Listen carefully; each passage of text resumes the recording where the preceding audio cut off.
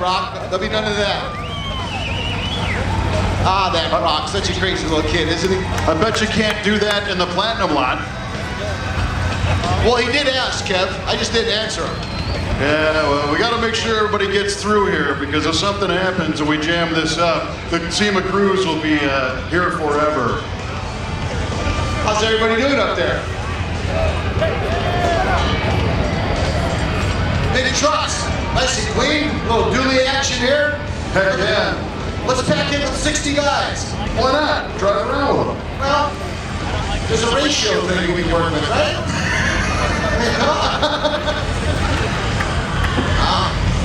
You're one of those guys, huh? I know. What, about $2,800 a month? $2,800 a month? 80 down? They'll be calling you. They'll be calling you. Joe, you sound like you're speaking from experience. No, not at all. Another rolling light show with these lifted Ford trucks.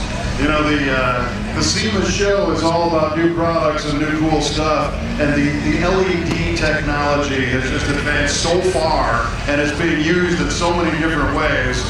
Right now we're lighting up the whole street with these lifted trucks that are all lit up underneath.